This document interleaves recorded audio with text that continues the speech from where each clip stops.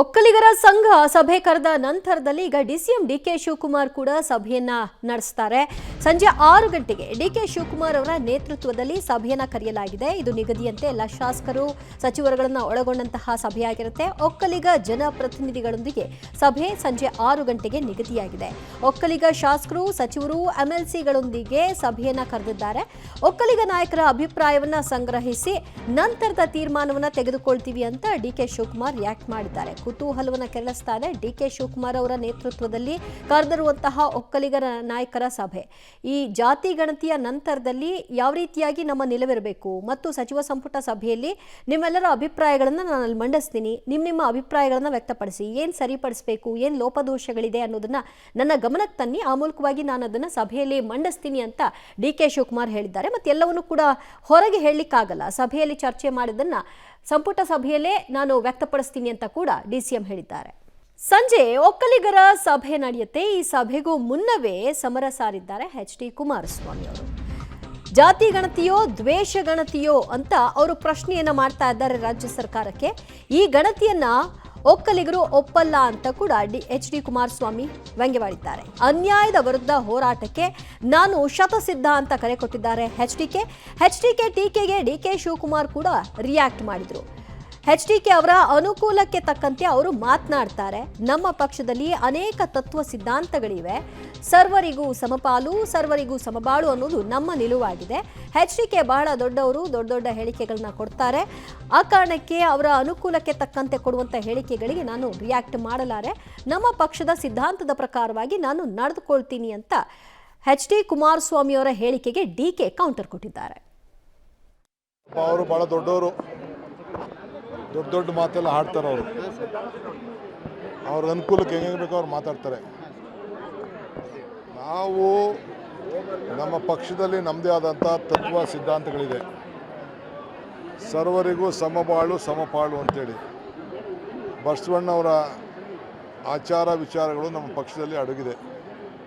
ಸಂವಿಧಾನದಲ್ಲಿ ನಾವು ನಂಬಿಕೆ ಇಟ್ಕೊಂಡಿರೋರು.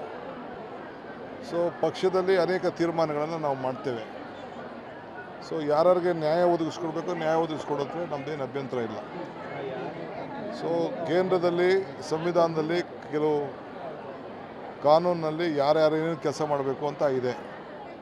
ಆ ನಿರ್ಬಂಧವನ್ನು ಗಮನದಲ್ಲಿಟ್ಕೊಂಡು ನಮ್ಮ ಸರ್ಕಾರ ಅನೇಕ ತೀರ್ಮಾನಗಳನ್ನು ಮುಂದಿನ ದಿನದಲ್ಲಿ ಮಾಡ್ತೀವಿ. ನೋಡಪ್ಪ, ನಾನು ಒಬ್ಬ ಈ ಸಮಾಜದ ಒಬ್ಬ ಪ್ರತಿನಿಧಿಯಾಗಿ ನಾನು ಕ್ಯಾಬಿನೆಟ್ನಲ್ಲಿ ಏನು ನನ್ನ ವಿಚಾರ ಮಂಡನೆ ಮಾಡಬೇಕು, ಏನು ಸಲಹೆ ಕೊಡಬೇಕು ಅಂಥೇಳಿ ನಾನು ಹೇಳಬೇಕಲ್ಲ.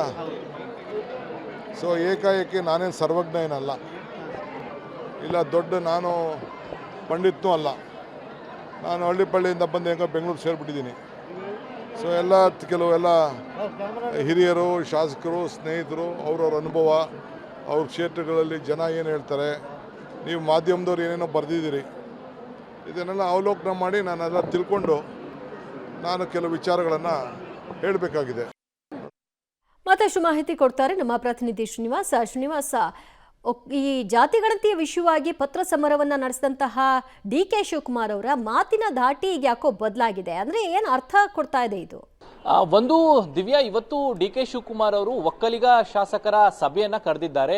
ಯಾಕೆಂದ್ರೆ ಗುರುವಾರ ಇರುವಂತಹ ಕ್ಯಾಬಿನೆಟ್ ಸಭೆಯಲ್ಲಿ ಒಕ್ಕಲಿಗ ಸಮುದಾಯದ ಪರವಾಗಿ ಯಾವ ನಿಲುವನ್ನ ತೆಗೆದುಕೊಳ್ಬೇಕು ಅನ್ನುವಂತ ನಿಟ್ಟಿನಲ್ಲಿ ಶಾಸಕರ ಅಭಿಪ್ರಾಯವನ್ನ ತೆಗೆದುಕೊಳ್ಳೋದಕ್ಕೆ ಈಗ ಅದಕ್ಕೆ ಕುಮಾರಸ್ವಾಮಿ ಅವರು ಅದಕ್ಕಿಂತ ಮುಂಚೆನೆ ಡಿಕೆ ಶಿವಕುಮಾರ್ ಅವರಿಗೆ ಕೌಂಟರ್ ಕೊಟ್ಟಿರುವಂತದ್ದು.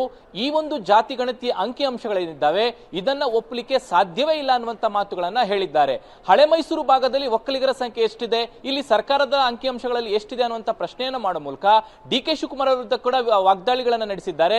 ಸಮುದಾಯಕ್ಕೆ ಒಂದು ಬಾರಿ ಪೆನ್ನು ಪೇಪರ್ ಹಿಡಿಯುವಂತಹ ಶಕ್ತಿ ಕೊಡಬೇಕು ಅನ್ನುವಂತ ನಿಟ್ಟಿನಲ್ಲಿ ಮನವಿಯನ್ನು ಮಾಡಿದ್ರು. ಇವತ್ತು ಆ ಸಮುದಾಯಕ್ಕೆ ದ್ರೋಹ ಬಗೆಯುವಂತಹ ಕೆಲಸವನ್ನ ಡಿಕೆ ಶಿವಕುಮಾರ್ ಅವರು ಮಾಡ್ತಿದ್ದಾರೆ ಅನ್ನುವಂತ ಆರೋಪವನ್ನ ಕುಮಾರಸ್ವಾಮಿ ಅವರು ಮಾಡಿದ್ದಾರೆ.